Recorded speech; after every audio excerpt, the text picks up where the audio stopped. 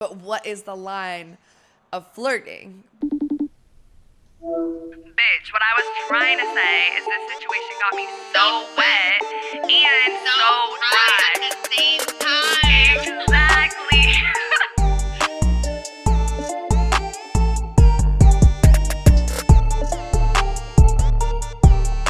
What's up, bitches? Welcome back to another episode of So Wet, So Dry. I'm one of your hosts, Autumn. Like the season, I love to flirt and fall in love, but I'm forever emotionally unavailable, and I work in entertainment. Okay, and I'm Fiji, like the island, like the water. I love to create sexual tension, even if I'm never gonna fuck that person, and I work in marketing and social media. Bitch. If you guys are new here, what we do on So Wet, So Dry is we deep dive topics based off of sex, relationships, identities, all through the lens of pop culture, internet trends, and our community's experiences. We always post polls on our social media for every episode, so please give us a follow at So Wet, So Dry and join our community of confused pussies. We'd love to have you. Yes, ma'am. And today we're talking about cheating. What qualifies as cheating? How do we define it? What does it look like in 2023 and also going into 2024 because we are very close to the end of the year. Thank guys. God. Right, thank God. But before we get into all that, we're going to start the episode as we always do, talking about what we're so wet and so dry about in this very moment. So I'm going first. Yeah. I'll go first. All right. So I'm so wet because I've been creating sexual tension / fantasizing about this guy that lives in the building that I do. Okay, but I work out in my like home gym because I canceled my yoga membership, so I've been working out, and like I feel like I've talked about this before, but like I hate working out around like other people or like other people watching me, let alone in a small enclosed space.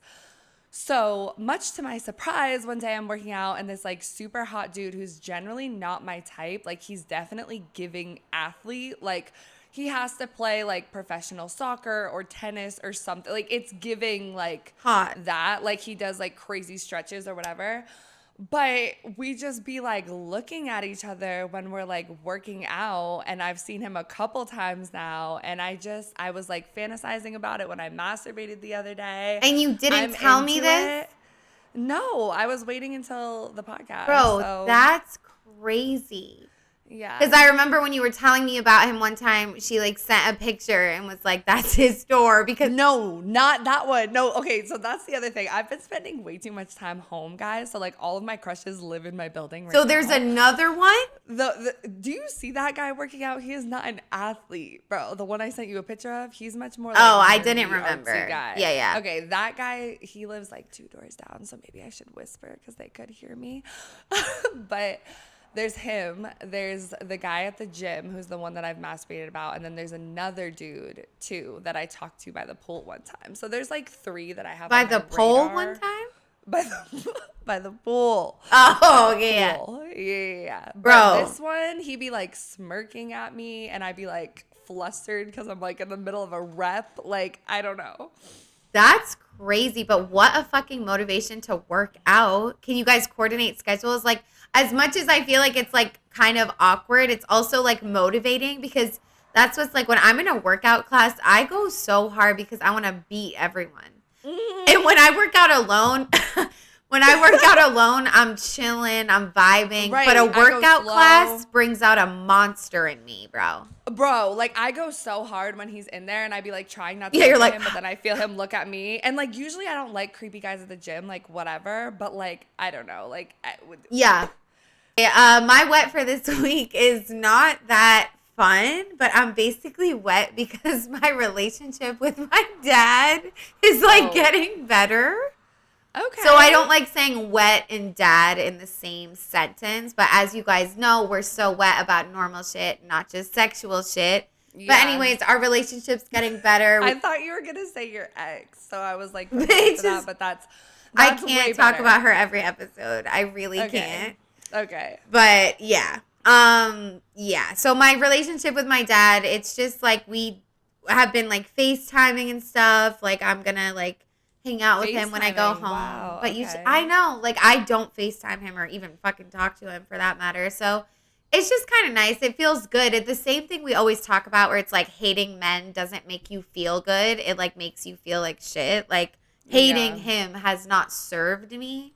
So I think I'm just going to like take into account that like he is the way he is because of how he was raised, like blah, blah, blah. He definitely had a really rough childhood and stuff. Like not to excuse all of his behavior, but like he's definitely a unique being. Yeah. And I'm just wet about the relationship getting better because it hasn't been good since I was like 12 and I'm 25 now. So what's up? Yeah. You know? Okay, that's wet though. I feel you. Like I've been working on my relationships with my family too. I feel like we're at that age where it's kind of like we're older. We can let go of things that happened when we were younger and try to like know them as adults. Right. Right. So I'm happy for you. That's good. Dry. Okay, so I'm so dry. I started to say this a minute ago, but I wasn't gonna say it. So I have like this habit of like getting drunk like during the week by myself sometimes, like after I finish everything that I'm supposed to do. And it's like how I get high though. Like it's okay. Yeah, it's like, but like bitches should know how to stop sometimes. That's like true. It's not all like I don't have an alcohol problem, guys. I'm not like a drunk, but like I did finish a whole bottle of wine and a Fireball shot, and then I ordered more alcohol because I was just on like Okay. Again, it was one of those nights. Yeah. So I ordered the alcohol and had to go downstairs to pick it up because I didn't want to walk to the corner store because it was late. So oh my God. The front desk, I was like, started talking to the front desk guy and was like, you know, the doorman. Sweatpants, the doorman. I'm in my sweatpants looking crazy, fucked up. And I'm just like, you know, like I always thought you were kind of. And he was like, honey, I'm not on that team. He's gay, guys. Like, I was so embarrassed. It was so Did he tell you? I was like, yeah, he said I'm not like on that side of things. Like I'm not. You're like I've always thought you were. Like I was like, you know, because at first I apologized for my friends because I'm like, I know we like be drunk sometimes. We have to like sign our cars in, and like sometimes like we just be like extra, and I'm like, oh, I'm sorry to. So again, creating sexual tension, like, I don't know, what the fuck. But then when I found out he was gay, I just felt like I should confide in him. So I started telling him all my relationship problems, which, like, he knows who I was fucking with because he saw me come into the building. Oh, my God. So now I, like, never want to see him again. He called me actually this morning because they call before they let the Uber Eats people come up. And so I was like, you could let them up. But yeah, this is not, I did this once before, flirted with the doorman guy. And he was like, no, he was not 18, guys. He was like 20, 21. He was like young. But thankfully he stopped working there after that and like whatever. But again, what is with my building? Like, I need to get outside. Like, this is Bro, like, just this whole image of you doing that is fucking killing me because the immediate vibe switch when he says he's gay, and all of a sudden you're like, oh, okay, so that's what we're going to do. So now I'm actually going to trauma dump, and you're going to listen? I was like, you want a White Claw? He was like, no, we can't drink. Bro, on one. Completely fucking on one. It was very embarrassing. But you know, now I have a funny story. I never want to see him again. Babe, but that is hilarious. And then, no, it was worse too because I was like, oh, like, you know, this dude that lives on this floor. Oh! Like, oh, you should look out for him for me. Like, it was so. Oh my God. Oh my God. Again, a whole bottle of wine, a Fireball shot, and I opened a White Claw and posted up. Bro, you're like leaning on the desk. You're like. Dead ass. Literally in my sweatpants, no makeup, hair up, looking crazy, like the neighborhood, like crazy woman. That's fucking. Oh my God. Yeah, so don't be like me and maybe like don't start drinking wine on a weeknight after you have everything done. Like I feel like that's not. Yeah. See, vibe. I feel like you feel me on the security guard vibe because the doorman's definitely wearing some type of uniform. Am I right? Yeah, no, like a polo shirt and a name tag. Well, the name tag. Anyways, I don't know. I'm fucking weird. Yeah. My so dry. I had it. I knew what it was, but you just. You're low. My low. Oh, okay. Thank you. My low. Mm-hmm. It just that story was so funny. It caught me off guard. I'm sorry, guys. But my so dry for this week is that I may or may not be like ghosting my therapist a little bit, just because like I'm doing things she wouldn't approve of, and I want to hear her tell me shit. And also with my new job, I'm like on camera all day. Like usually I can take a lunch whenever I want. Nope. Now I have assigned lunch break, and my therapist's hours do not align. Okay. So I have to do therapy at 8 a.m. every morning. And like, I just feel like she hurt my feelings last time because I just woke up and I'm doing therapy. Like, it was too much. And so I just keep emailing her like, hey, I'm going to cancel this week. Like, see you next week. Because I just don't want to. How many weeks? Just 2. Okay, that's not too bad. Right. I mean, I feel like she's going to cut me off if it gets to be 4. Low-key, these therapists are cutthroat. They need their money too. Like, yeah. She's trying to replace she might just open up the time slot for somebody else. Do they still charge you? Exactly. Yeah. It's the time No, I slot. lock my time slot in. Like, a bitch has stolen my time slot before. My therapist was like, nope. Like, I'm like, I love her. She knows my time. I did therapy a couple times at 9 a.m. and it was not the vibe. I was, like, delusional. Like, yeah, and, like, I'm sensitive. So, like, she was just, like, checking me. And I was like, whoa. Like, who do you literally think you are? Wake up first. Yeah. Yeah. So, I'm just dry about that. But I definitely will go back. Like, it'll happen. Or I'll get a new one. Like, we'll figure it out, guys. We're all in this together. It's a journey, but right. You got it.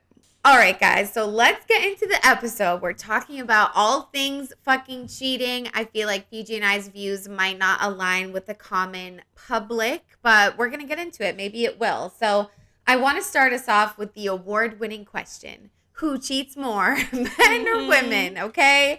I found this statistic thing on LA Weekly. And basically, overall, men cheat more, hands down, without a fucking doubt on this earth. Period. It basically said, out of the men and women they gathered, 20% of the men have been unfaithful to their partners before, and only 13% of women had sex with other people while being in a relationship. So, 20% higher than 13%. But when I kept reading, it like breaks it down by age, and it's actually really interesting. Because ages between 20 and 29, like in their 20s, if we're just doing that, we're including age and gender, women actually cheat more.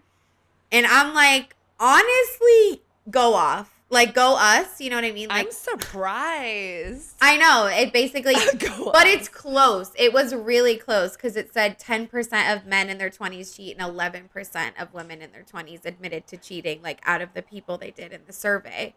So it's close, but ultimately, like, women cheat more. And then when you get into your 30s, 40s, 50s, 60s, it's men. Those are all, like, out of the survey, the men did the best. But in the 20s specifically, it was women. And I just think it's interesting because we're women.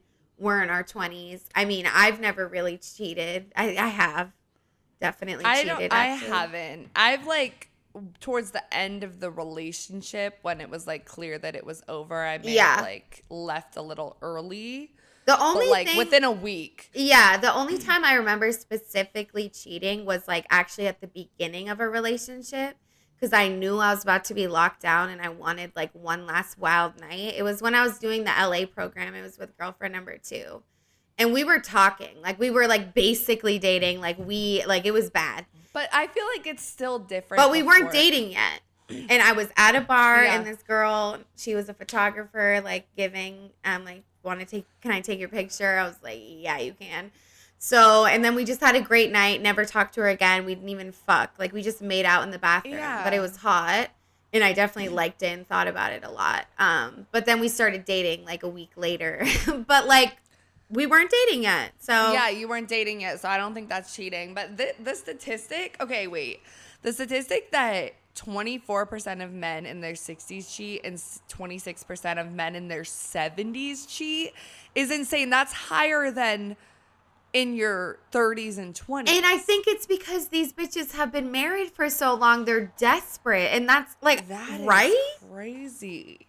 Like these grandpas. Yeah, but can they even get it up? Like, you must be popping Viagra. They must be popping. Or they're cheating at the strip club or something. I don't know. Right. Or they're definitely popping Viagra, bitch. 100%. They have to be. Viagra. Like, and it has to be with, like, younger women that they may or may not be paying for, because that's insane. But it's so interesting because I feel like with the last guy I was with and with a lot of men, I've gotten to this argument. Because I'll be like, men aren't shit, like, you know, like, man hater, whatever. And then they'll be like, oh, like, women be the same way. Like, women cheat too, da-da-da. And I'm always like, no, they fucking don't, because I consider myself a very loyal person. But yeah, they do. But they do. And, do. like, that's crazy that, like, 11% of women over men. Interesting. I don't know. It's Maybe crazy, too. And I feel like, and it's like, have I ever cheated before? Like, probably not, but done cheat-like things, definitely. Yeah. Because I've definitely been, like, mad at a partner before and then, like, sent a quick flirty text and then, like, ghosted them and never did anything. But in the moment. I don't think I've done that. Well, aren't you just fucking perfect? No, the closest I could get is, like, maybe, like, being too friendly with someone out When or you're something drunk. like that. Like, when I'm drunk. But, like, I don't think I've ever, like, really cheated. But I do think there were times at the end of a relationship where it was about to be over, where we're kind of not even really completely talking and we know it's going to be over, and then I might have done something with someone else. Like, Right. that has happened. But yeah. But yeah, the whole men and women thing, like, obviously this doesn't include, like, non-binary people, but I just wanted to include it because I feel like, one, it's interesting, and two, I feel like men think that, like, women are the ultimate cheaters, and, like, women think that men are the ultimate cheaters. Yeah.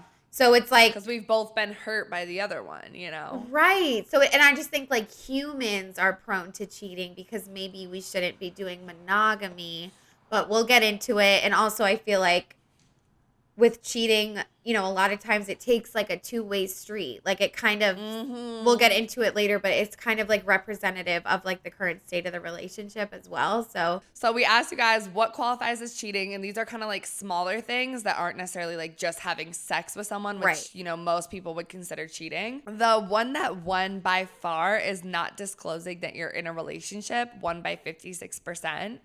Then we have 27% swiping up on someone's story. Then right behind that at 15%, holding on to past gifts / letters from your ex. And then only at 2% having a girl BFF / guy BFF. And these are ones that I don't know if I would consider any of them cheating personally, except for me. I think swiping up on someone's story is the worst. Okay, I think I wouldn't. To me, swiping up on someone's story, not cheating. Having a girl, guy, BFF, definitely not cheating. Holding Yeah. on to past gifts, letters from your ex, definitely not cheating.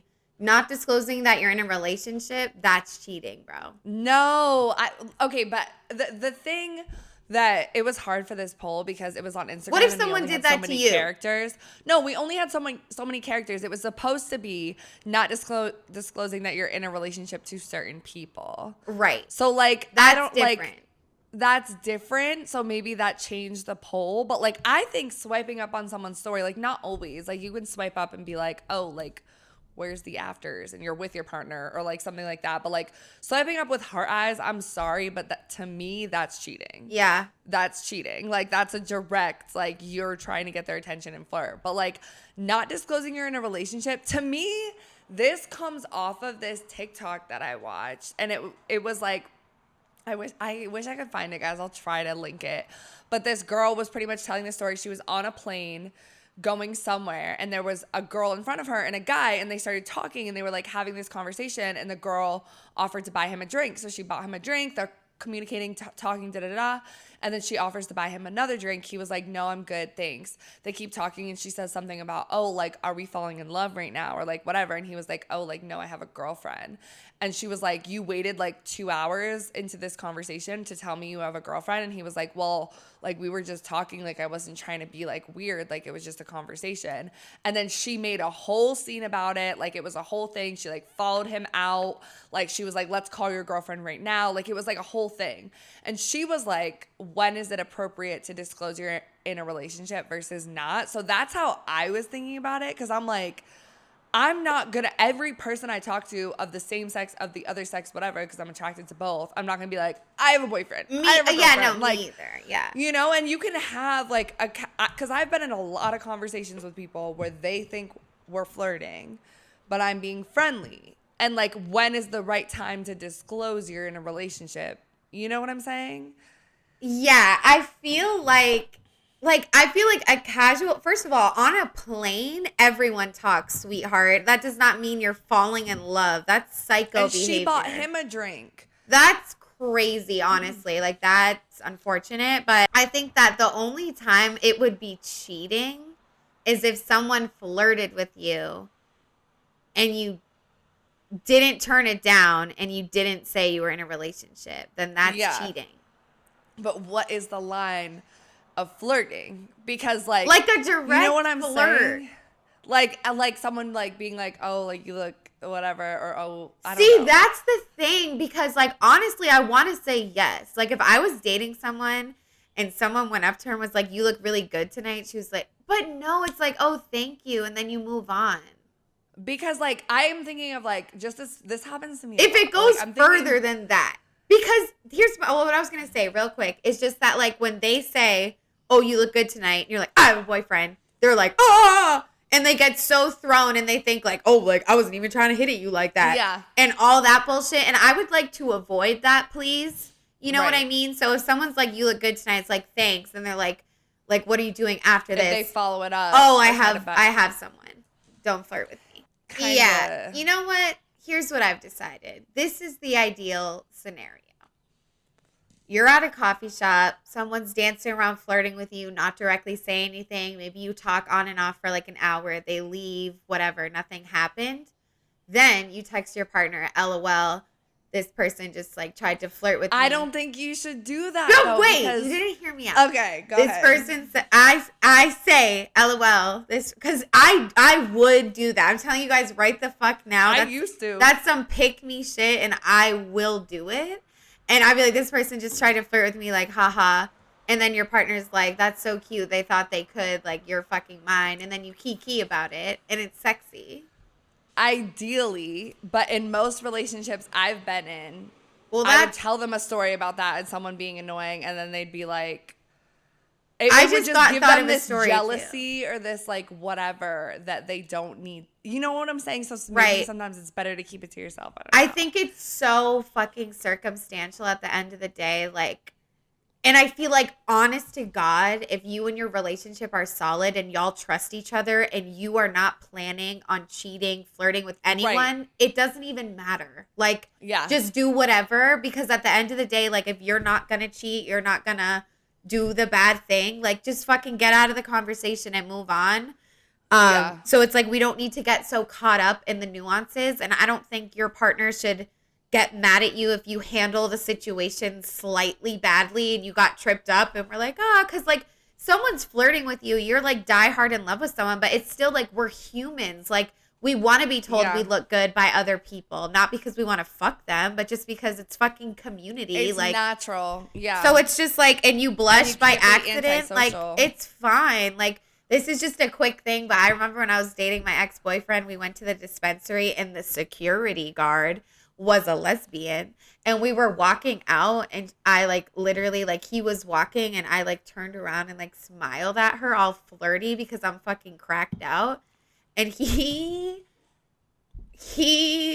like lost it. He was just like, you've never looked at me like that, like don't look at her like that. Oh my God. I'm like, yeah, because I know you, fool. Like, I was just I knew that you could probably catch me, but like, it's a girl. I thought you didn't care. Like, but they do. But anyway, so that's what I mean by cheat-like things. But he was right there. Like, I wasn't cheating. Yeah. I was just trying to make trouble is what I was doing. Yeah. But you would be pissed if he did that, for sure. Oh, I would go home and cry. I would immediately start crying.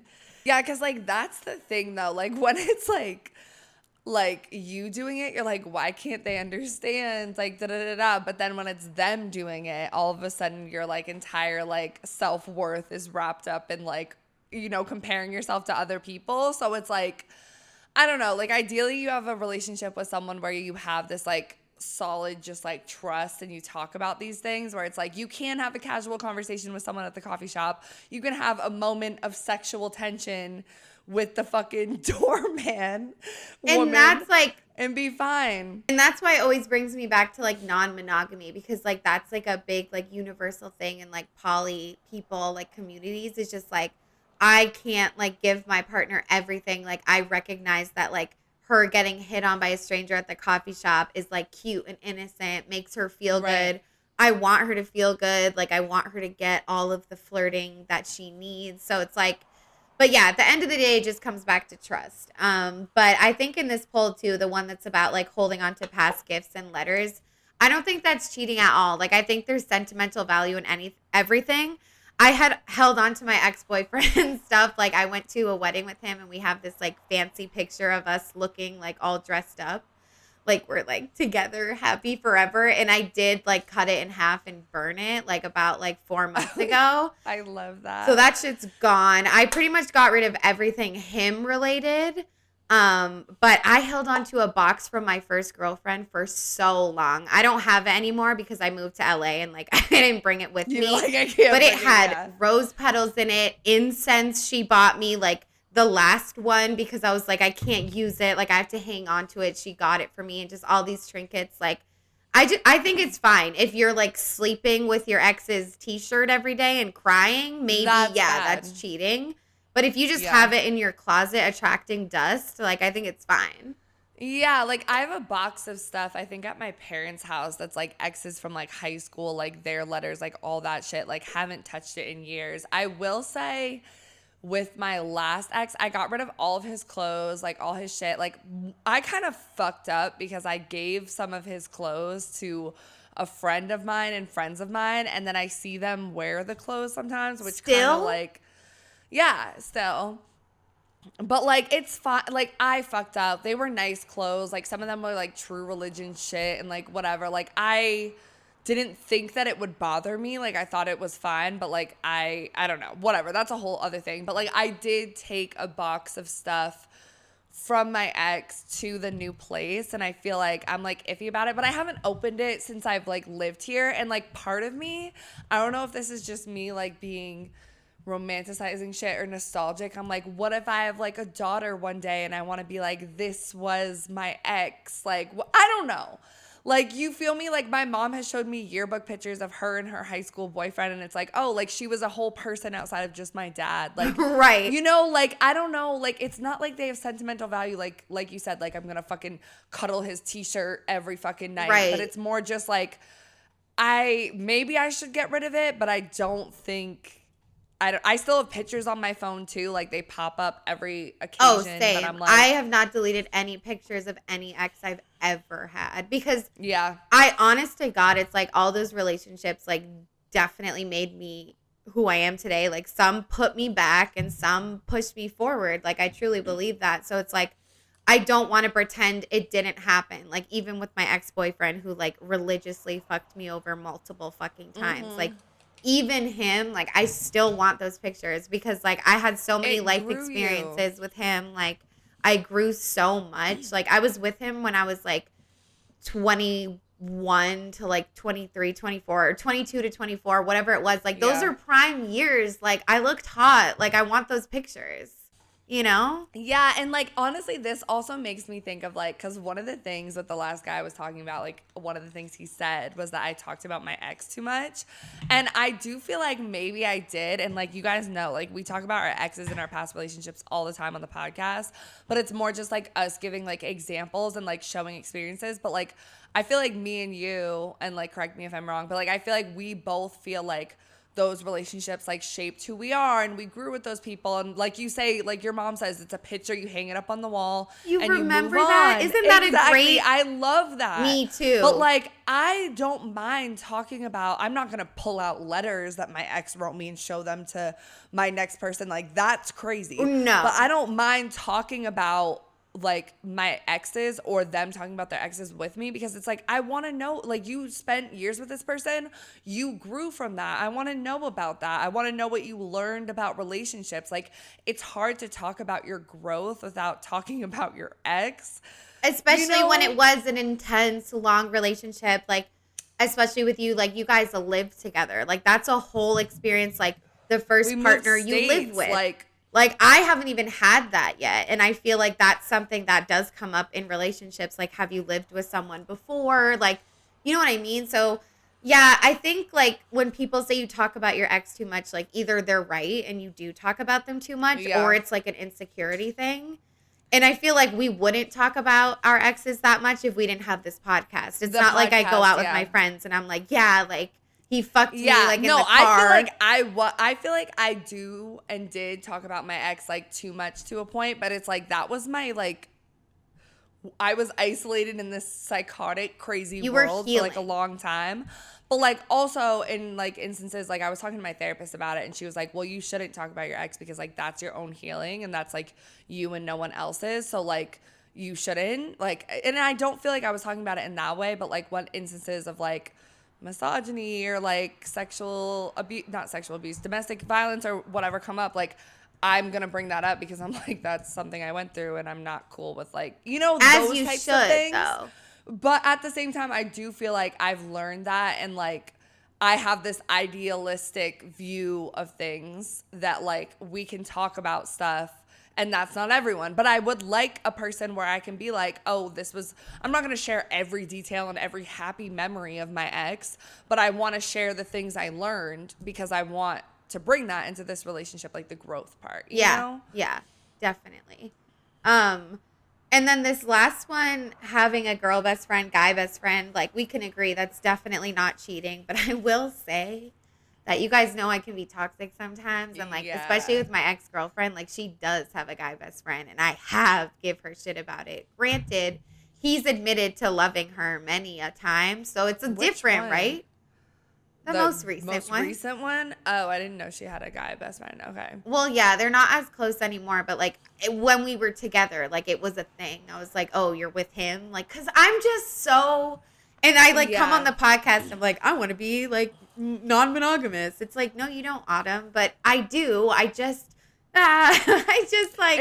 It's hard when it's the other way. Like, yeah, because, like, I've had this, like, one of my friends in high school, and, like, we stayed friends through college. Like, you met him, like, and he's bisexual too. Like, we were, like, super close, and, like, we had sex, like, once when we were in high school, but, like, never anything since then. But, like, our friendship was, like, complicated. Like, we would cuddle, like, we were kind of like, I don't know how to explain it, but it was very, like, platonic at the same time, but, like, also very loving. And, like, one of my ex-boyfriends was, like, okay with it because he had a similar, like, girl best friend like that. And, like, after we broke up the first time, they ended up having sex, and I remember being, like, weird about it, whatever, because it's always harder when it's the other person versus you.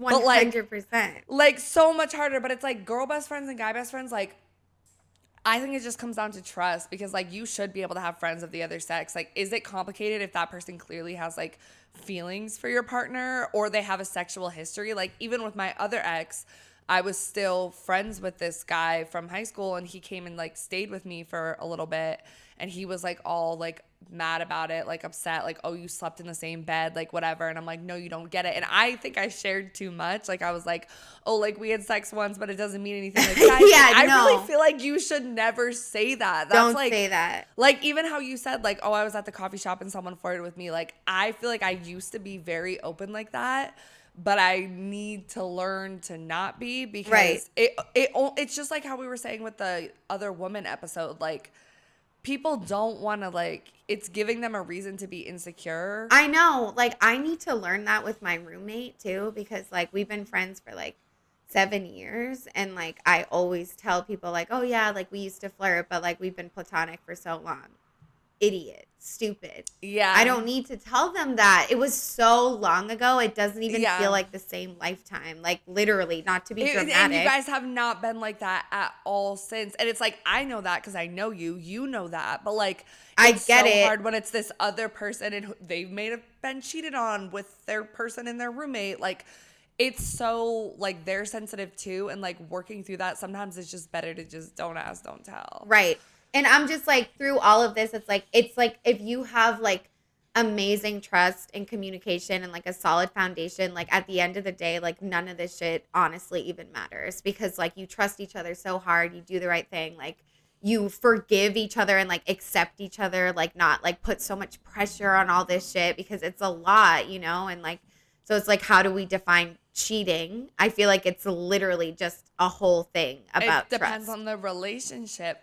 But, like, I feel like what we want is a utopia that I don't think we're ever going to get to. Oh yeah, definitely. Because, Absolutely. like, it's not just them, which is hard as fuck to find someone who thinks that way, but also ourselves. Ourselves, babe. I know. And that's why it's fucking hard as fuck.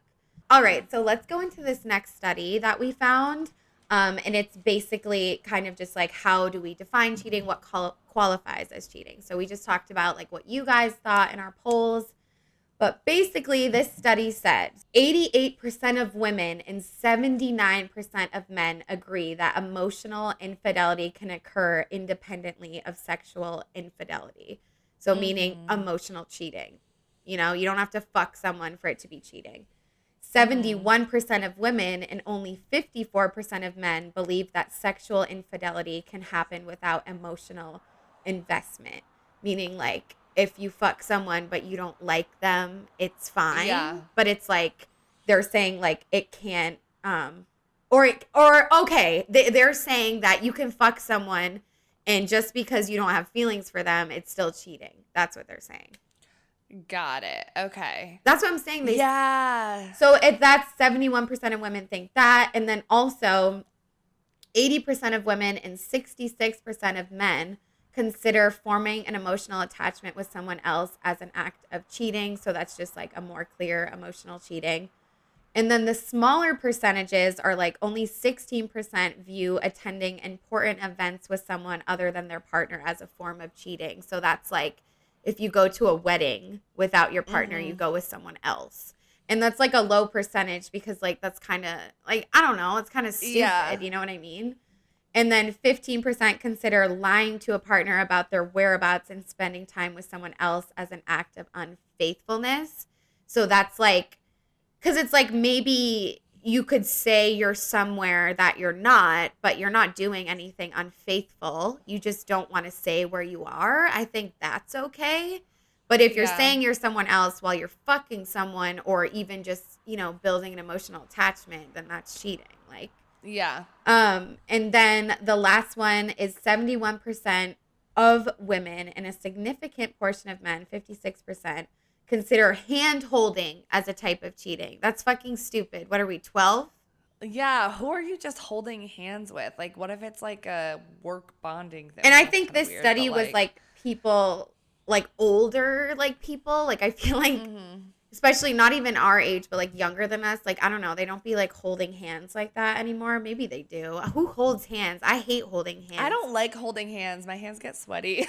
But it's just interesting. So it's like, I feel like men and women agree a lot on the most of these, but the one where it's like 71% of women and 54% of men believe that sexual infidelity can happen without emotional involvement. Like men is significantly lower for that one. But I do feel like that also because I hate being like, oh, men and women are like different about certain things. But I do feel like that's like when men cheat, it can be just sex without emotions. But with women, it's a little harder. Not to say like I've had sex with people without any emotional involvement whatsoever. But I feel like that statistic comes from men thinking that like women have their emotions wrapped up. Right, more in because that sex. is one of those stereotypes that's like kind of scientifically true just because of the oxytocin and all of that.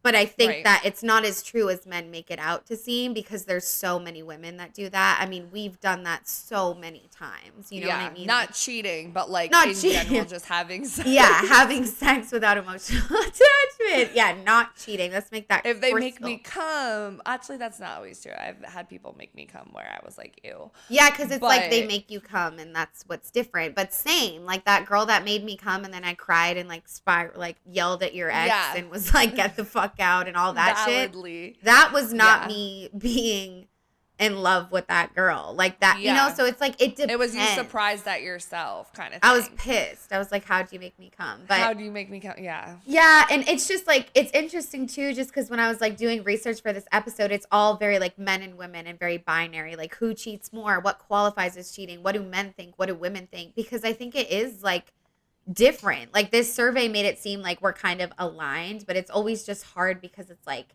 how old are those people? And it's like, you know what I mean? And I think I would love to have a survey that's like just people in our age group, because I think like hand holding wouldn't be on there. It would be more like swiping up on the story and all that shit. And I think it's different too for like queer people, and like even how we did that TikTok that was like what's cheating and like lesbian edition, like whatever. Like I think certain things aren't cheating as much if it's a woman versus a man. Like I don't know. And then also like I feel like with queer women too and queer men, I feel like it's a big thing with gay men to have, and it's a stereotype, but in my experiences with the gay male friends I've had, like are more comfortable with like having threesomes or being like sexually explorative and things like that. And also with queer women, like not as much, but I don't know if you know who like Easy is and what's Natalie, Easy and Natalie, and what's the other girl's name? She was like on The Circle. They're like lesbian influencers, like YouTube. Okay, they're like kind of corny. Like a lot of their content is like, but like they'll always do these like goofy like pranks with where they're like flirting with the other one's girlfriend, and like they have to be like, they're like cool with it because it's like a prank and it's like a YouTube stunt or whatever. Yeah. But they definitely like. And they played like drinking games where they would be like, which one of our girls would you fuck, and like stuff like that. So they have this friend group that's like more just like open about like the blurred lines of like what cheating is, because they're there with their partner. Right. So I feel like queerness definitely like plays into it too. It's hard when it's just like men and women and like we look at it so heterosexually, but I don't know. Like what do you think is, this made me think like, what do you think is worse? Like, would you rather have someone cheat on you sexually or have someone cheat on you emotionally? Like, what do you think you could come back from the easiest? I 100% without a fucking doubt in my fucking mind think emotional cheating hurts way more.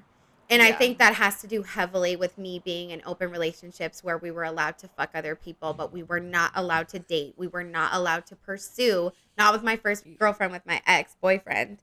Like, we were not allowed to do emotional shit. And, like, I got so numb to the idea of him fucking other people. I literally didn't even care anymore.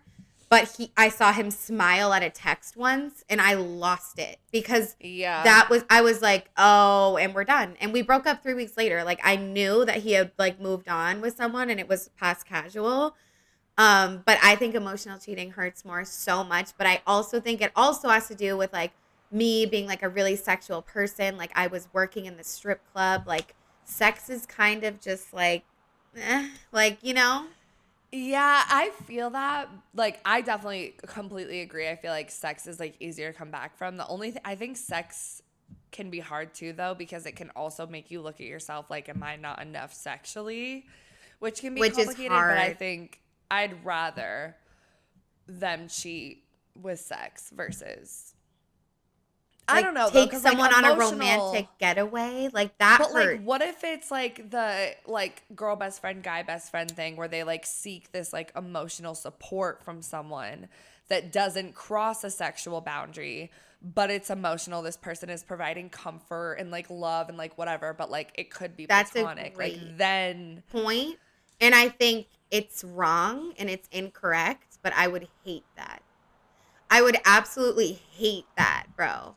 But not because it's cheating, not because they shouldn't do that. It's because I would get jealous about the fact that like they have this person that they feel so close to emotionally and they can rely on them like no one else. But that's good. I honestly think like your best friend should be that person for you more than your partner sometimes.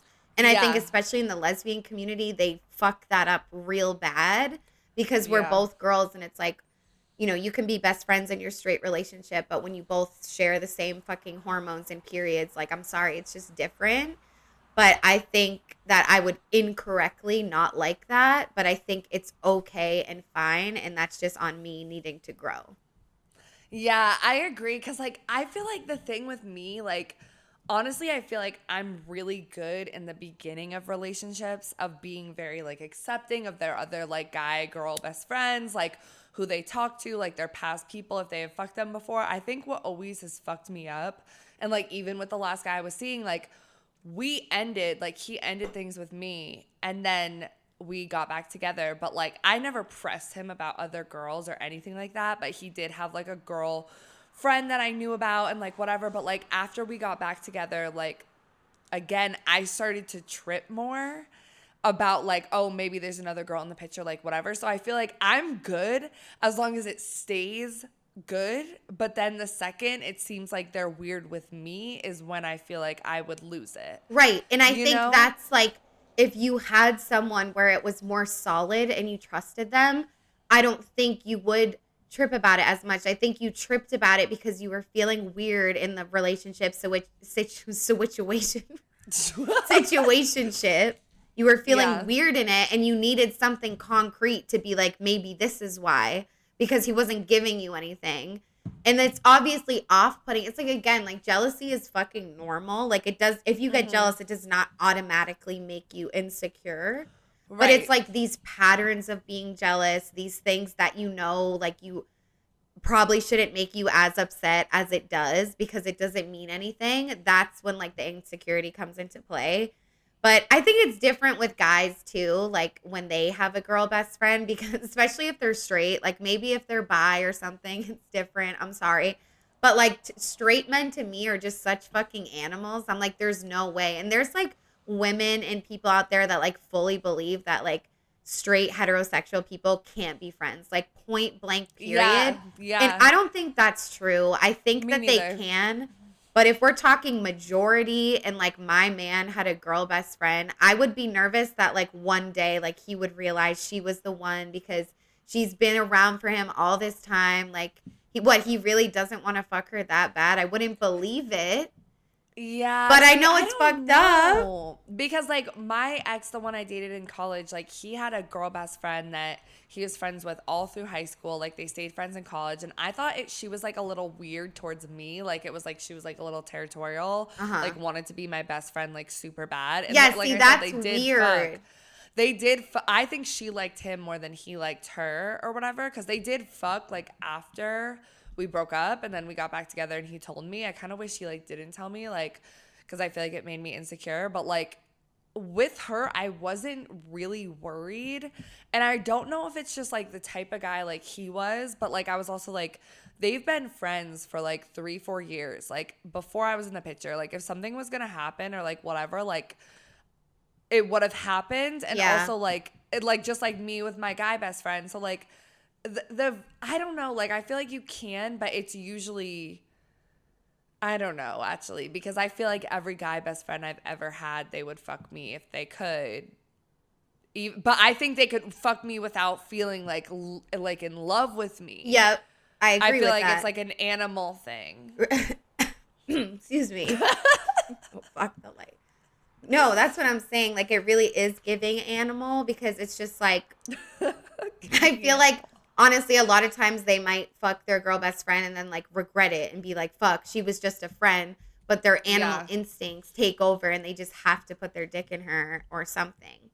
So, I don't know because I hate, because again, I think it's wrong. You are allowed to have a guy, girl best friend, whatever fucking gender you are. But it does get tricky and, like, people have feelings. Sorry. Like, can we just work through it? I don't know. I don't want to be demonized as being like some jealous bitch because that's something to be jealous about. Like, yeah, and that's the thing, like jealousy, like it's so fucking hard because it's like I really feel like through like thought work and like spending time alone and like appreciating your like stepping back from the situation is like healthy for you to like breathe out this jealousy and not like immediately act on it. yeah.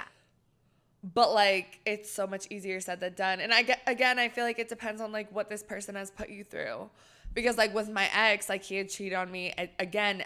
I like I feel like part of it was my fault because it's like I chose to take him back. Like if someone cheats on you and you take them back, it is partially like it is your responsibility. I hate when you say that.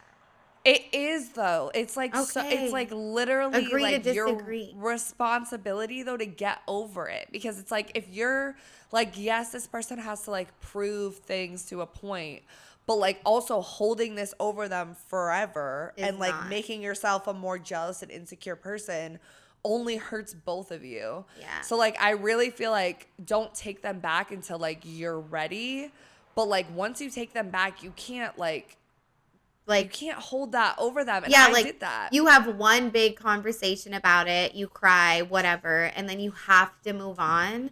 And if you can't move on, then it's like you should break up with them. But it's like, this is all what you should do. And it's like, not to mention it's fucking hard. Like, you love someone, they cheat on you. They're so sorry. Like, they want to fight for you back. Like, I would have a hard time saying no, because I'm all about that dramatic shit. Oh my So if God, they did something bad and I was like, oh my God, you hurt me, and they're like, no, but I can't live without you, I'm gonna die, I'm like, okay, I'm down. No, just kidding, it wouldn't be that easy. But yeah, you have to move on from it, otherwise you're not gonna end up with them. Like, it's gonna crumble slowly. If anything, just give it time, and then if they're right for you, you guys will find your way back again, no question. Yeah, but that's like the like with like again, like I feel like I think about all these things in like this utopia world where it's like ideally I wouldn't be mad about them having this emotional relationship with another friend, or like ideally, even if we were together for like, say we were together 15 years and they have sex with one person on like a drunk fucking someone's bachelor party, I don't even know, and then they tell me and like whatever, like I do want to believe you can like come back from cheating and you can come back from all these things. Same. But like you definitely that is so much work. Much work. Inner work. It's not, and that's the thing I think a lot of people fuck up. It's not just work between the two of you, but it's work in yourself too. Even if you were the one cheated on, if not more so. Like, I don't know. And even if you were the cheater too, because sometimes like I don't know, the person could get super down on themselves, like think they're a fucking monster and just feel shitty. Like, even they need to like find peace and move on. Well, even, you know who I'm thinking of, like who I feel like is like the like icon for cheating in like America is like Tristan Thompson. Like, why am I so Khloe stupid? Kardashian. You don't know? Oh, like with Courtney, right? Or no, with Chloe. Tristan, the basketball player. Yeah, he cheated on her. I feel like he so cheated many on her before, times. and then when she was pregnant, and then again, like kept fucking up. And I was recently watching the Kardashians. Did you see the episode? Not the where new he one. He was like talking to Kylie. I feel like they're setting it up like they're gonna get back together, even though like Khloe seems like over it, because he had a conversation with Kylie, because remember he cheated with Jordan. I love like when Kylie's best like friend. featured in the episodes. You like her? I She's feel like my I favorite. love, really? But Kim or Courtney are my favorites. Yeah, low-key. I know. I love Kylie because I just think, like, when she was like in her short blue hair era, I just thought she was so fucking cool. Like, I miss that really Kylie. Cool. Yeah.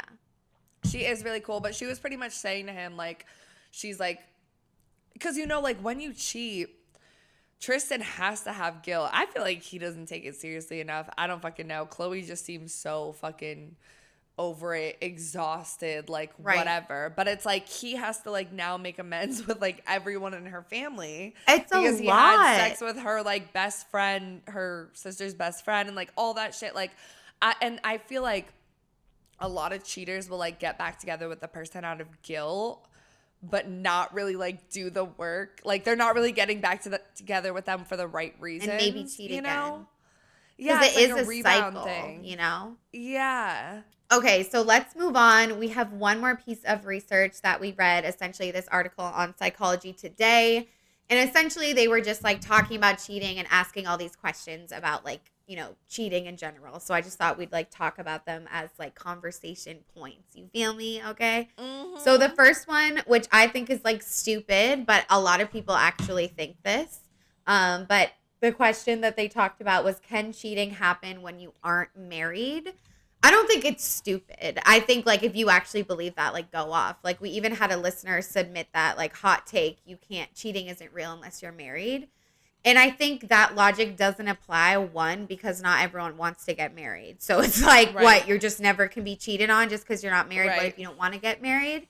And I'm someone that, like, wants to get married, but at the same time, I think I would be very content not getting married also. Like, I want to have, like, a celebration of love, but I don't necessarily need to sign court documents. That's not what I want. The only reason I would is for, like, if I died and, like, my will and, like, they could get, I feel like that's and, like, the only maybe reason kids I would. for me too would be another reason. So yeah, I feel that. But I feel like for me, the biggest thing is, like, I do want a ring one day. We don't need to sign anything, baby, but you better buy me that ring because I want it.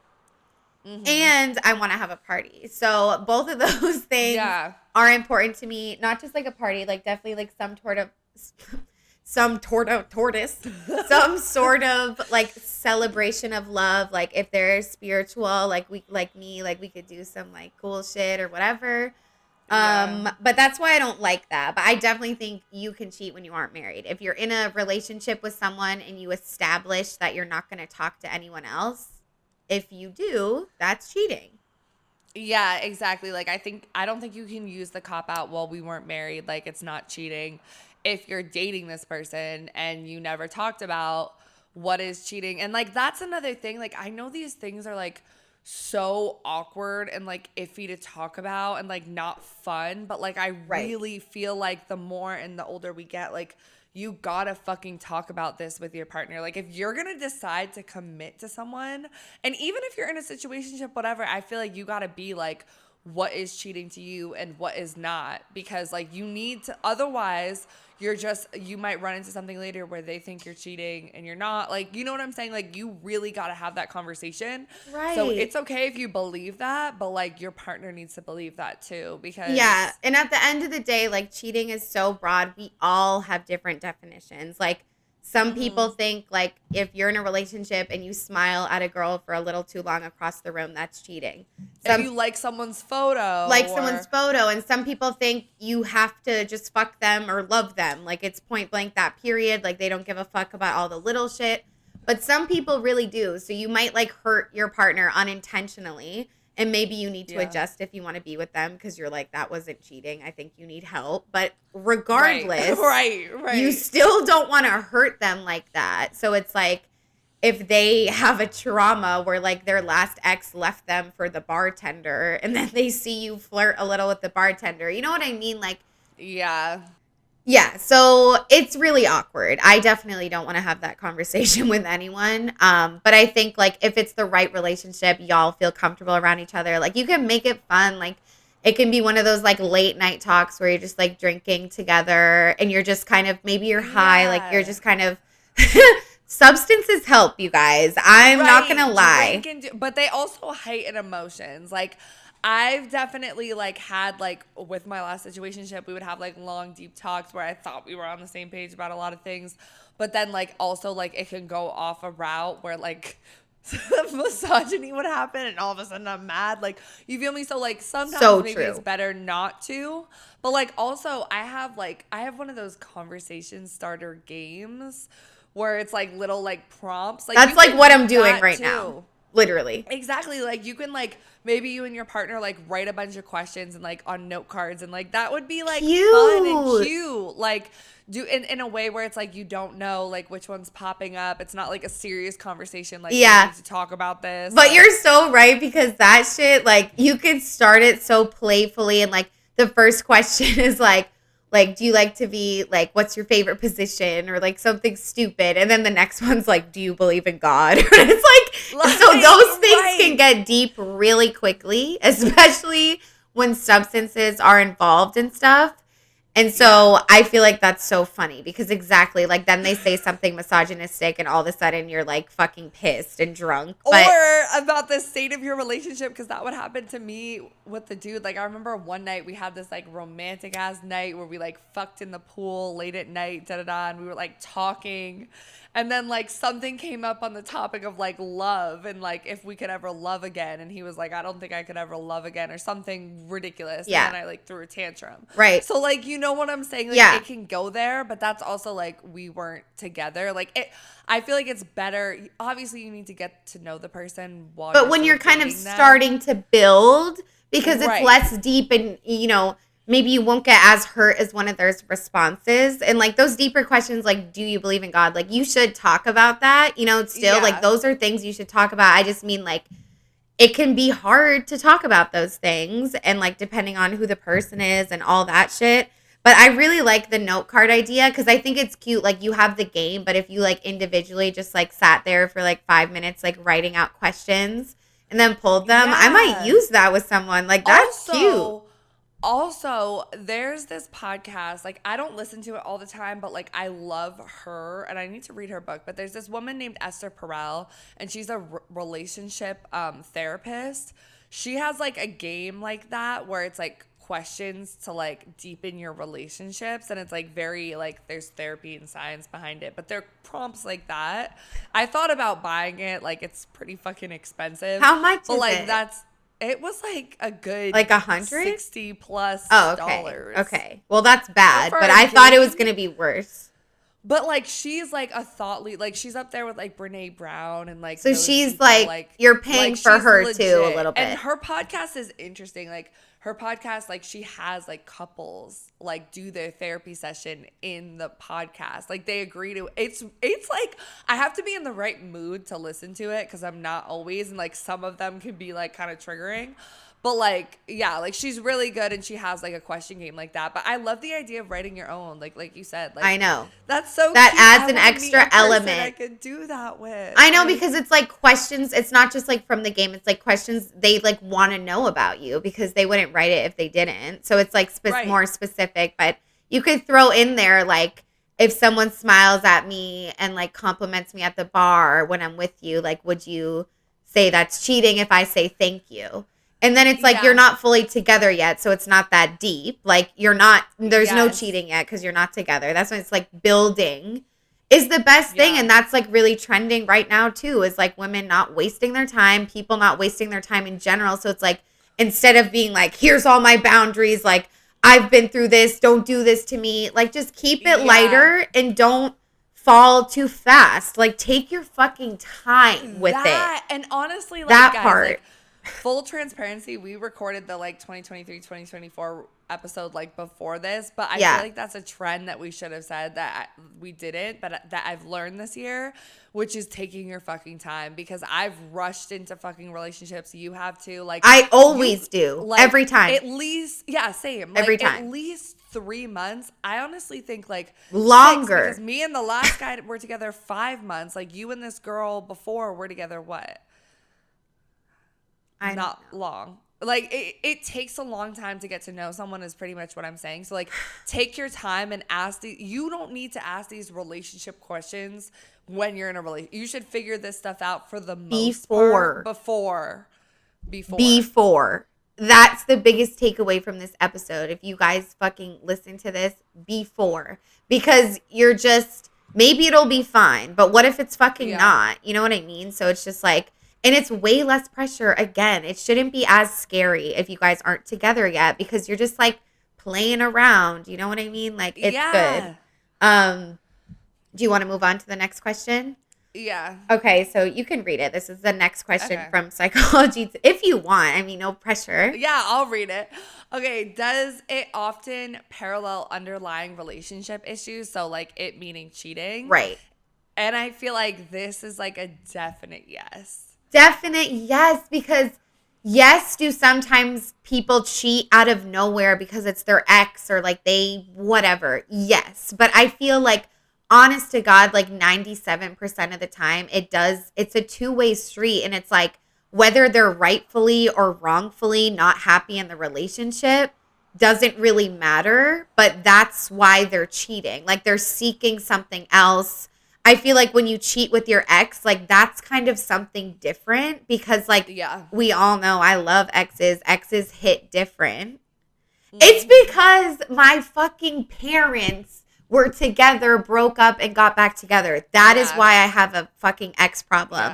Or I just love them. I don't know. But it's just like, anyways. But so I feel like that sort of thing is a little bit different, but just like baseline cheating, like it's something going on in the relationship or that person's an asshole, but mostly it's something. Yeah, because I do think like a person could have a bad day. Like this is a stretch. But they could have a bad, crazy, fucked up night where they're drunk out of their mind and they do something stupid and like there weren't any issues. And I do also feel like issues in the relationship can be complicated because it could be one person's doing everything they think they're supposed to and the relationship seems really good, but the other person who cheats has never communicated their anxiety and their issues. Right. So like I do feel like that can definitely happen where like there's one person who's like blindsided by this, like what the fuck, and then you find out this person's not happy and da-da-da, and it's like you couldn't have done anything because you didn't know that there was something wrong. Like I think that definitely exists, right? But that's still underlying issues in the relationship because like even if it's on one person, like they never communicated it, like whatever, and like you probably picked up a vibe. I don't know. It's so complicated. I feel like when it's out of nowhere, it might kind of hurt more because you just go from thinking everything's okay to like it's not. Whereas like with my ex-boyfriend, I did experience like the slow burn. Like I saw him smiling at texts and like for like a week, and like I saw like he was kind of checking out. And then I remember he literally broke up with me like when we did our vlog in Halloween. So like after that trip, it was over, baby. Yeah. And I knew it. Like I knew it. So it was a slow burn and it still hurt. But I think the like out of nowhere shit like kind of hurts more because it's more of like you just like literally like fell on your face like all at once. So. And that's the thing though too, because I feel like the out of nowhere shit can be complicated because it's like when you're the person being cheated on, which like I have been before, like I feel like at times I thought, oh, this is out of nowhere, and it's easier to demonize that person for being like, oh, you fucked up our relationship. I was doing so, like we were so good, da da da da. When actually, if you really reflected on it, like there were probably things leading up to that, and I think I did that with my ex. Like there was definitely shit, and I feel like honestly, like still like more on his side than mine, but like either way, like there was still like.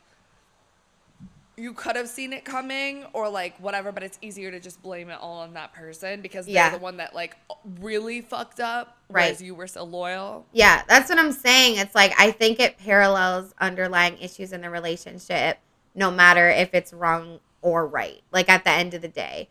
But that I think most times it is because the cheater is not communicating how they feel. But I don't know. And it's like, I think about me and you, like you're like loyal as fuck in relationships. Not that I'm not, but like you guys just don't. Fiji is just like different.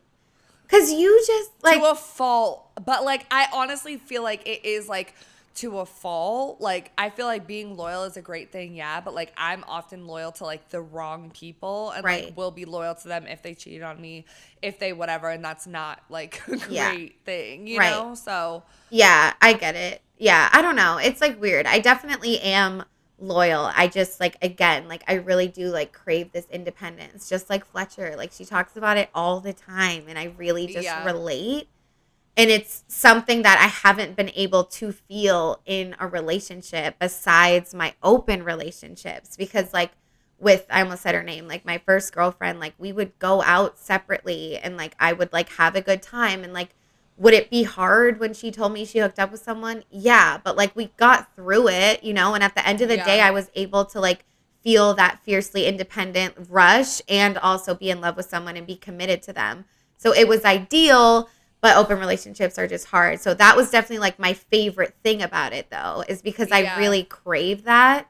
And I think that's what like holds me back and I do cheat like things because I just want to feel that I'm just like not tied down basically. Yeah, and I feel that because honestly, like, it depends on how you look at it. Like, I do feel like I think we're going to get into this in a minute. I'll just wait because I think we're going to get into it in a minute. Actually. Okay. All right, this next question from Psychology Today that they were discussing, we already kind of talked about it, but should you define what cheating is directly with your partner, have a convo about it? And again, obviously, we feel like, yes, we just talked about it. But have I done that? No. Do I feel like other people do that? No. And because it's awkward, and that's why we brought up the game because it's like a fun way to do it. But essentially for a long-lasting relationship, eventually you fucking need to, because like I said, you're going to unintentionally fuck up. Everything. And I feel like this is why ethical monogamy might be trending, because it's ethical non-monogamy, sorry. But we should have ethical monogamy too, honestly. I've definitely said ethical monogamy in this episode, right? I feel like, bro.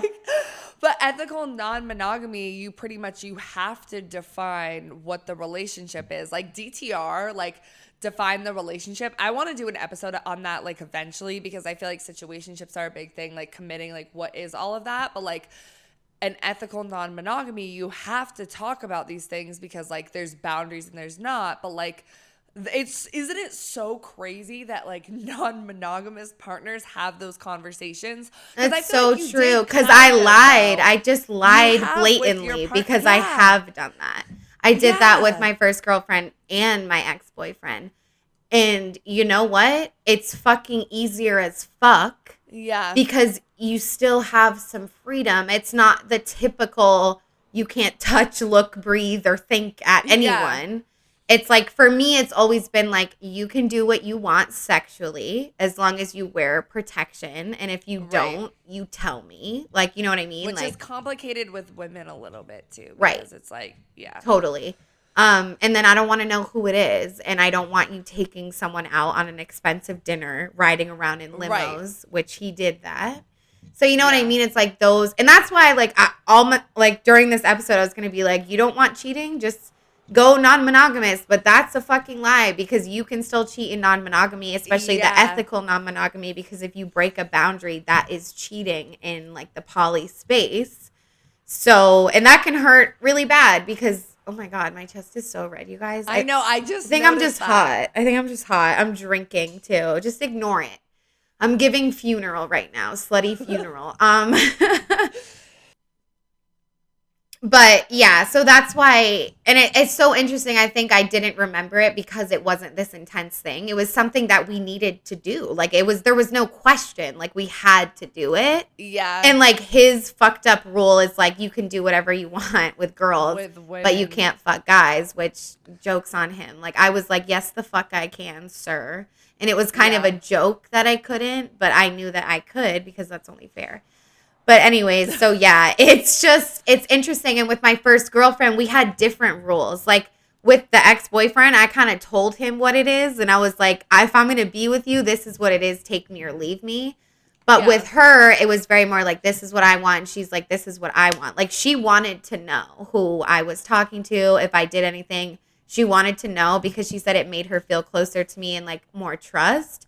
And I didn't want to know because I simply couldn't fucking handle it. And she respected that. Even though she wanted to know, she respected that I didn't. So that was pretty cool, honestly. Yeah, that's honestly like really cool that she did want to know, because I feel like I'm the same. I felt weird telling her. Yeah, that definitely like. I was like, it's so hard. I like you more though.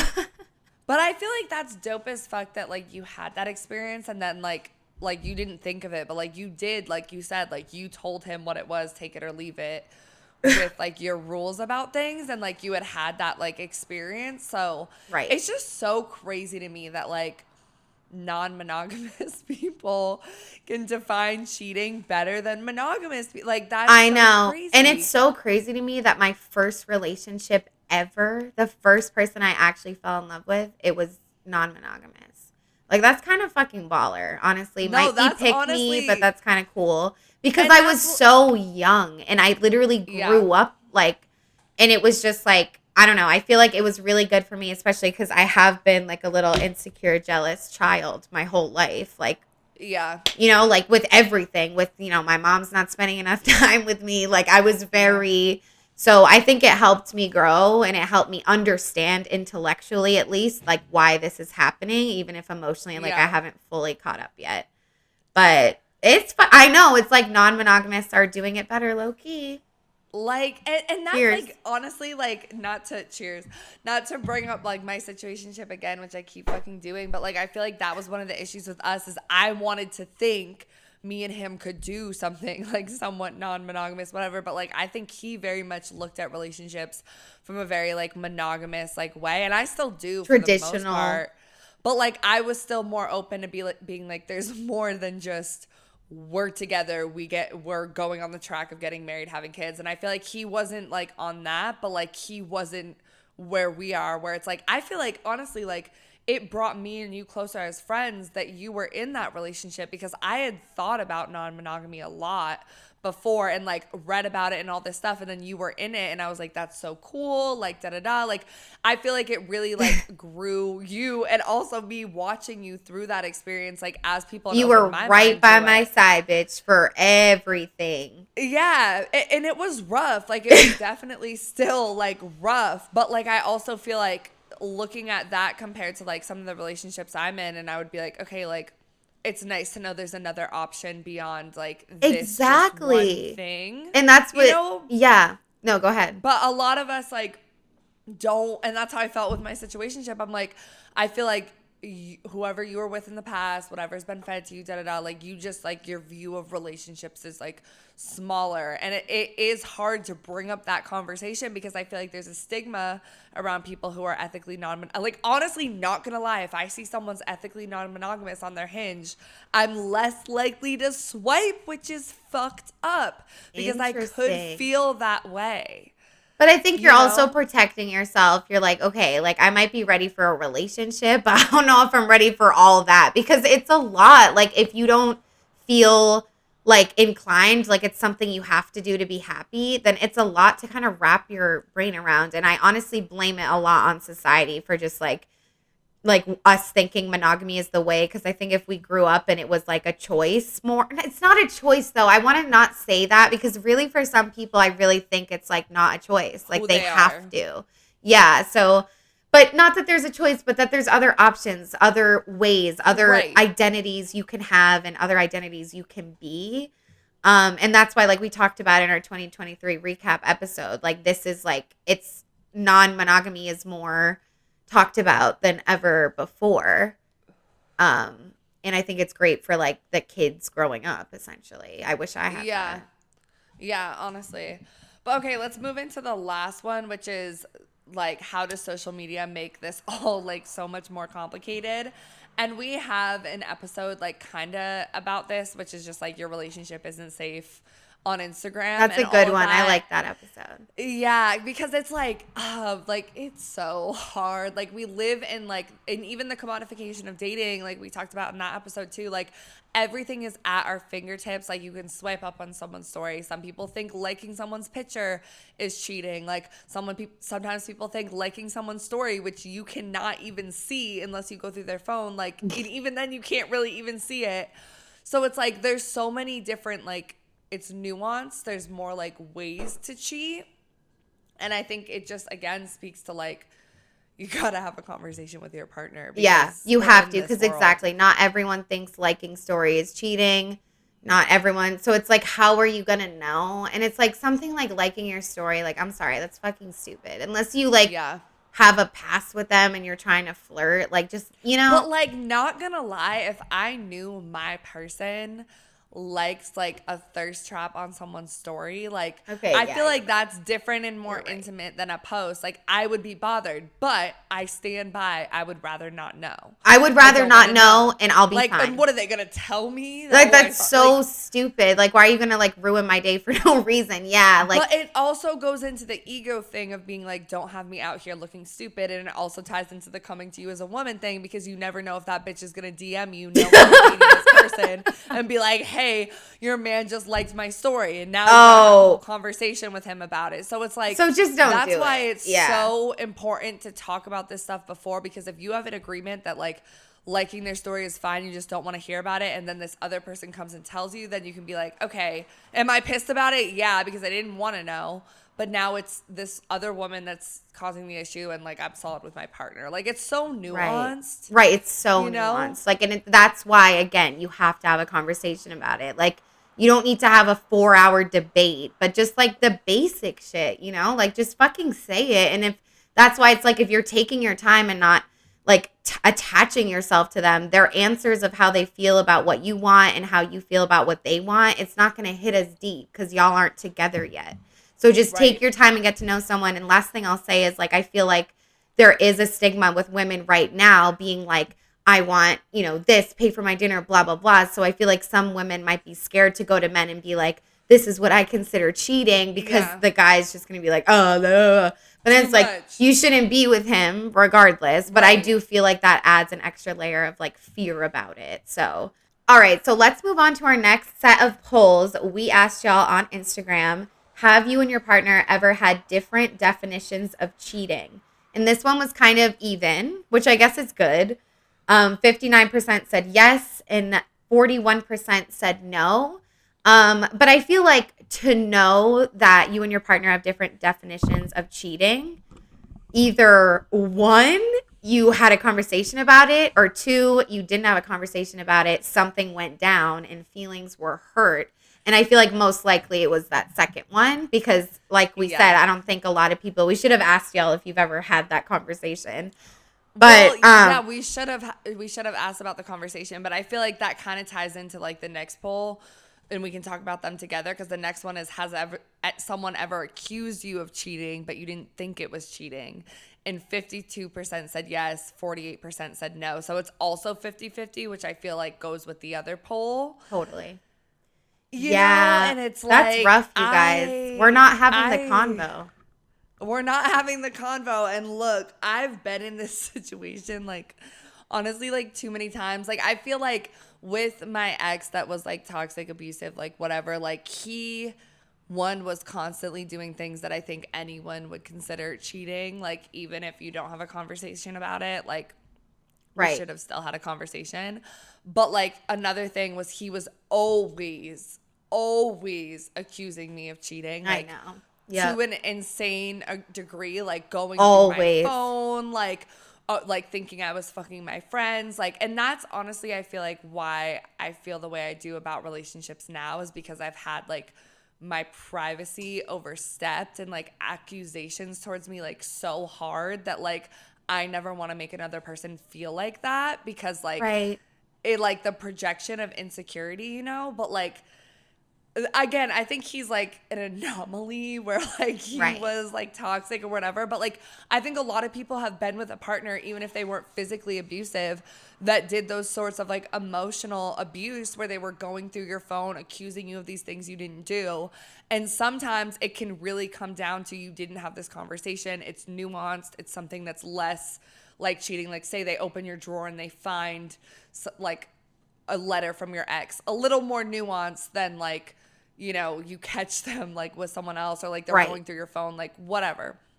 So yeah, I just, because of that and because of him constantly accusing me of cheating, when I feel like we talk about all the time, like I feel like being loyal is a really like core part of my identity in relationships, was super hard.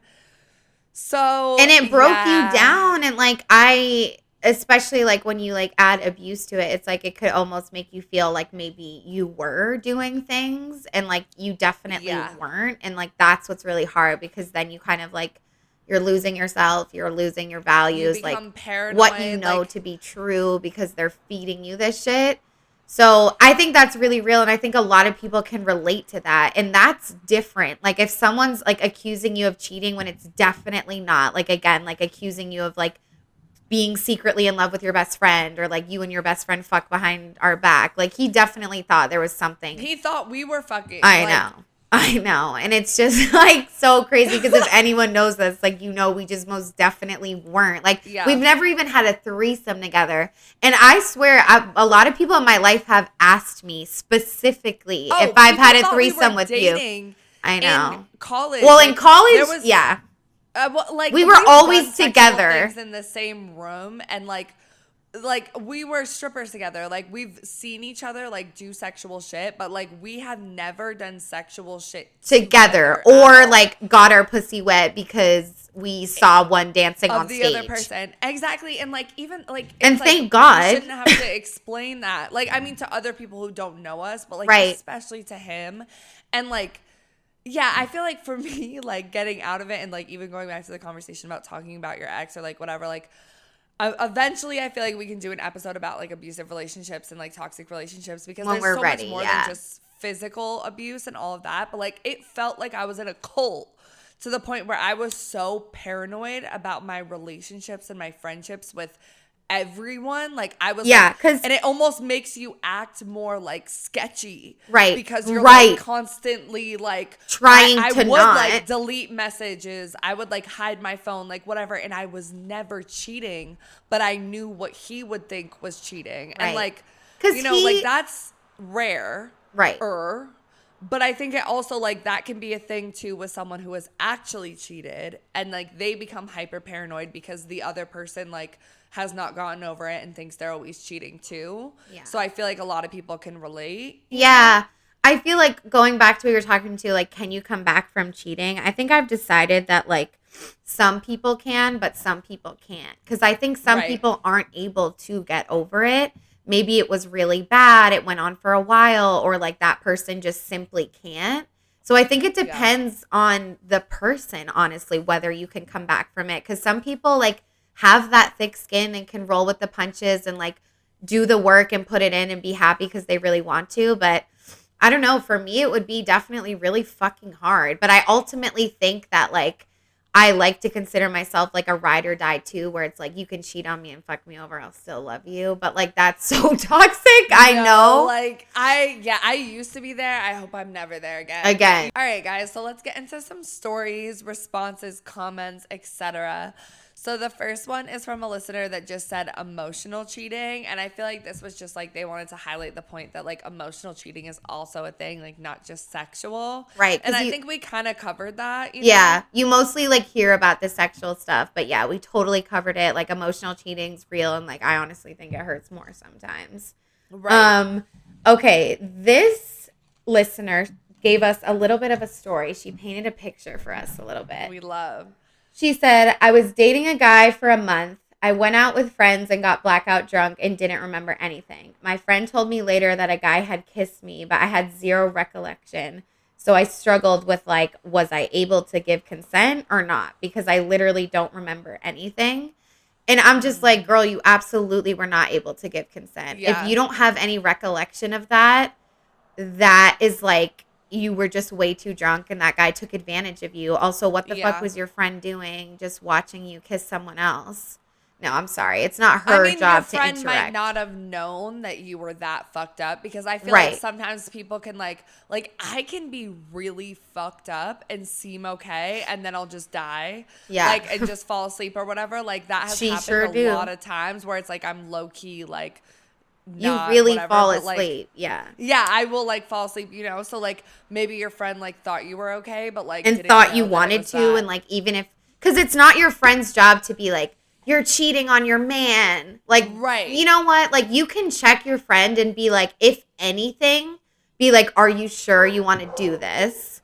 Not like don't do it. Yeah. Pull them into the bathroom and be like, hey, I just want to make sure like you seem really drunk right now. Like, are you good? Like, and still, even if they're not, like, even if she did that and the girl was blackout drunk and she said, I'm okay, what do? It can be hard to tell if someone's like blackout drunk and won't remember. So, and it's like we're all responsible for ourselves, unfortunately. But I feel like for this listener, like I really don't, like I believe 100% you weren't able to give consent if you were blackout drunk, and like I hope that your partner like understood that and like looked at it as more as like an unfortunate situation rather than you doing something wrong, because I don't think you did anything wrong. Like if you don't remember it, you don't remember it. Like, you know what I mean? Like it doesn't mean. Do you think like this is the tricky thing, right? Like, do you think like drunk actions or talk to her partner about it? Because like, say your friend tells you kissed this person. Okay, you cheated on your partner. This is where I don't think I'm loyal, because I wouldn't. I don't think I would. Like, I feel like it depends on the relationship. But like I said before, I feel like because of my past, I'm like I feel like it's maybe better not to say. But if it was in this situation where she didn't give consent completely and she was taken advantage of, like you would hope that if you were with the right partner, they would understand. I'd be like, hey, I was assaulted type shit. You know what I mean? If you're that drunk and you don't remember, that can definitely feel like assault. I'm not saying that this listener felt like it was, because I don't know, but I think it can, like 100%. Like, and I think a lot of people don't take that seriously, but I think they should.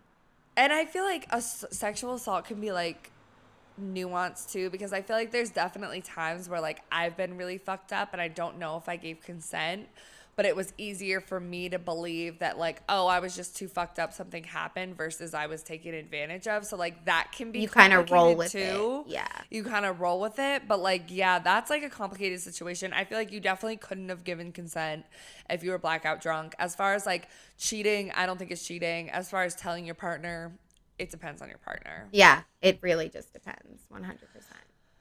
All right, next one. Anything you wouldn't want your partner doing is cheating. And then we have another one that's very similar. Anything you wouldn't want your partner doing and vice versa. These two kind of go together. And I feel like I feel you. I get where you're coming from, but I disagree.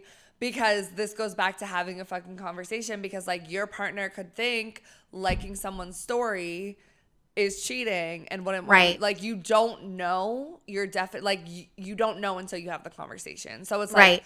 like you might think of this thing as cheating so hard and they don't think it's cheating at all, like different definitions. So like you got to talk about it beforehand. Right.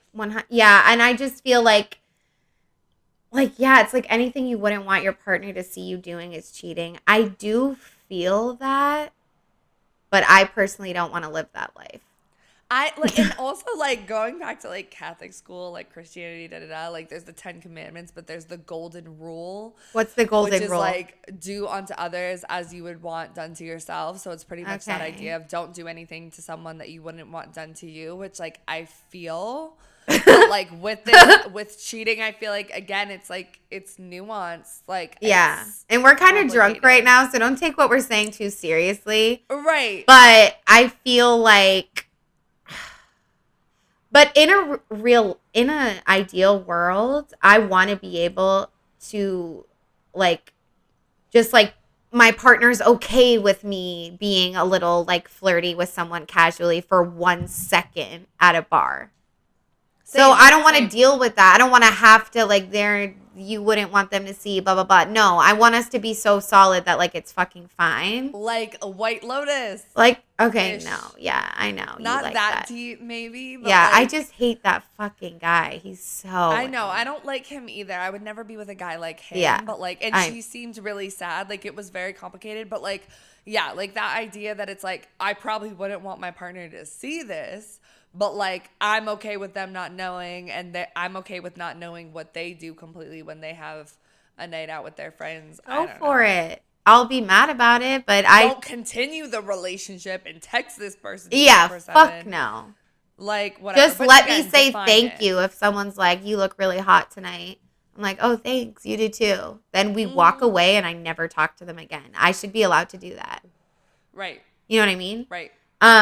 Okay, this next listener said looking at other hoes in public for too long, which like yeah, because I feel like my ex-boyfriend used to definitely do that shit. And I'm like, what the fuck are you doing? Hate that. But also we just said that so I'm just being very weird right now. I don't know. Like, don't let me catch you looking at a bitch too long. I don't mind commenting on girls' asses together. Like, I'm like, I like girls too. Like, her ass is fat. Like, okay, cool. But like, don't be out to dinner with me and like staring at the bitch behind me to the point where it's like, what are we doing? You know? I know. Yeah, I think. Yeah, I don't like this one. I really don't like this one. I think that especially when you're together, like if we're together, it should be all about me. Point blank fucking period. And then the last one's kind of similar, but it's like getting another girl's IG. I feel like we've talked about this. Guys are like, we're networking, blah, blah, blah. No, the fuck you're not. You're flirting. But I, like, when I go out, I want to get people's Instagrams, like, follow me, listen to the podcast, Like, yeah. I don't think, and I talked to, like, the guy that I was with, the situationship, like, he does, like, similar, like, stuff in the industry, network, whatever. Like, we had talked about that kind of, and I'm like, I'm cool with it. He was cool with it. Like, I feel like it really depends on who you are and what you do. It's different if you're dating a guy who works in construction and doesn't like create content or like whatever and doesn't hardly use his Instagram at all. Right. Has, like, because 300 followers. That's different. Because if you're in the industry, it's different.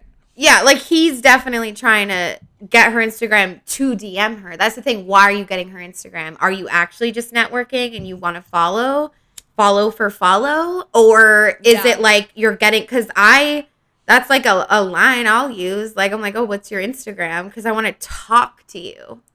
Okay, see, I use it different. Like, I will anyone I talk to out, even whatever, You're follow like, me. what's your Instagram? Because I'm like, you could listen to the podcast. Like, you could, whatever. Like, we could work together later down the line. Like, I look at it as much more of a networking thing. That's why I'll give people my Instagram before I feel like giving your number is Well, like a yeah, fuck no. definitely not that. Unless you're working together, whatever. But I feel like you should give your Instagram if you're working together. Right. It's definitely better. Yeah. All right. So I think it's time to wrap up the episode how we always do. We're going to just say what we're wet, dry, and confused still about the topic. So about cheating. I would say I'm very wet about the potential of finding someone that can kind of exist with me between monogamy and non-monogamy. I think it's 100% possible because I honestly think like we're not alone in how we feel about the whole intellectually I want non-monogamy. I believe in it. I believe it might be the move, but I can't do it because I'm fucking Right. a human being and it fucking hurts. So Right. I think it's like I need someone like that who gets it because I've just been with people that just don't get like they're fine with it. Like I don't know. And so it's Yeah. just like I've been the one that like struggles with it and then it makes me feel like some type of way. So it's like I just want to find, if I do find someone like that, like I think it could really work because that's ultimately what I want. I don't want to be like married, monogamous, and end of story. That's it forever. I don't want that. Yeah. And I don't think that's rare anymore. I think Yeah. like 10, 20 years ago it was, but I don't think so anymore. Not to say that poly people didn't exist 10, 20 years ago, but like now it's more like in the mainstream. You see it on dating apps, shit like that. Yeah, I agree. Like, I feel like I'm honestly wet about just like learning from my past relationships because I feel like before even like the toxic one I talked about, like, I might have been more like jealous or like whatever about certain things, but like in a weird way, like, you learn from your past experiences. So like I definitely feel like, and I am also wet about like the fact that I think I tried to have these conversations a little bit with the last person I'm with, and I learned that like it wasn't working out, like not just cheating questions but all of those other things. And I'm like definitely wet about talking to your fucking partner Right. about it. Like I feel like that is just like for sure something I'm going to take away from like this episode and like our whole conversation is like I want to have these conversations like with whoever I like see casually leading into anything else like next, like I want to. And I agree, like there are people out there, like I want to believe it so hard, like it's hard to sometimes, but like I really feel like we're not alone in thinking of like this At all. there has to be, There has to be. I mean, there's me and you know what I mean? There's no way it's just us. Like, I talk to people, like my friends about it all the time that, like, I don't want to fuck them, but it's like they are out there, So I feel like that's, like, my kind of best case scenario. Do I, like, need that to be happy? I still don't know yet. I think it's like Yeah. I'm figuring it out. Like, I've done both. I've done open, I've done closed, but I haven't done something that's really that in-between space. So Yeah. definitely want to do that. I feel like I'm dry about, what am I dry about? Let me see. I feel like what am I dry about? What are you dry about? Okay, I'll go. I'm dry about having the conversation because it can be Like, a complicated lot. unless you make it fun. I'm dry about like the fact that it's so hard to have the conversation and that like it is so nuanced. And like I also feel like with men who's like mostly what I like the only that I've dated, I feel like they in my experience look at things a lot more black and white, and even if it's not for them but for women. So I feel like that's kind of what I'm dry about. Like as much as we say like, oh, there's people out there, like I still am a little bit dry about like I feel like there's segments of the community that focus on this and like want to believe it, but there's the good portion of society that looks at cheating in a different way, and that makes me dry.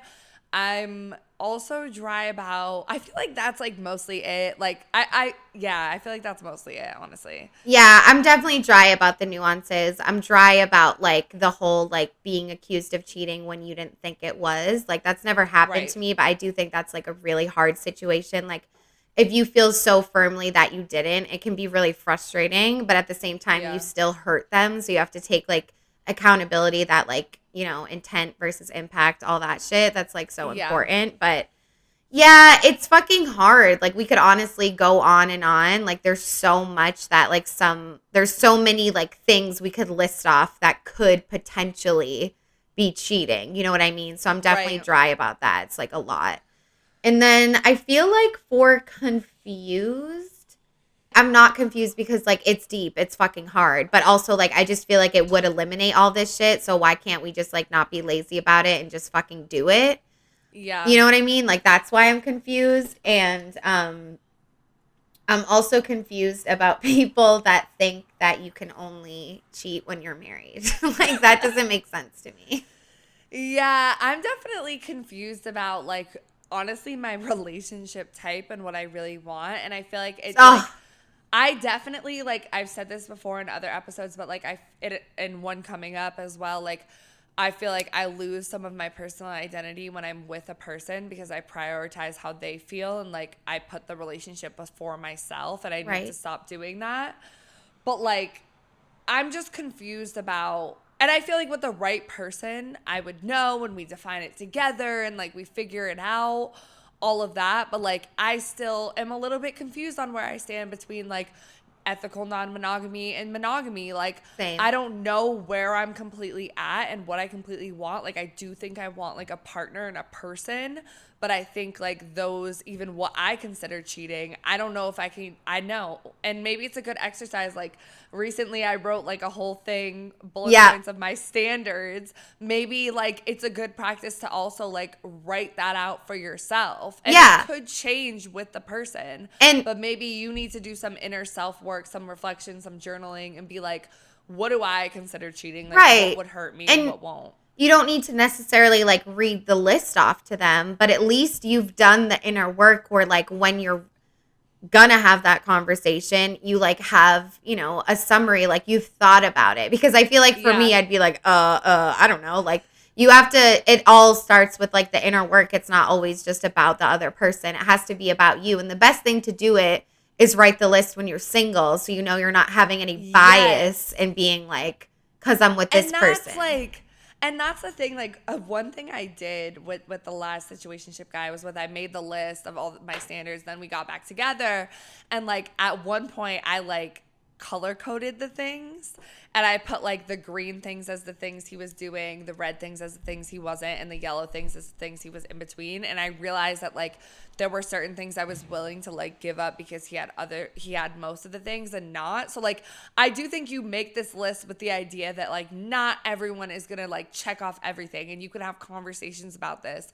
But at least you're putting work into it. And I feel like it sounds so corny, but, like, how much work do we put into like our resume to get a job and like all these other areas of our lives? Like, is your relationship and who you end up with not super fucking important? Like, put work into it. Put fucking work into it and put like, the thought, set it up for success. You know what I mean? Don't wait, because then it just gets fucking trickier. So just let it all out, bitches. Okay. Let it all out.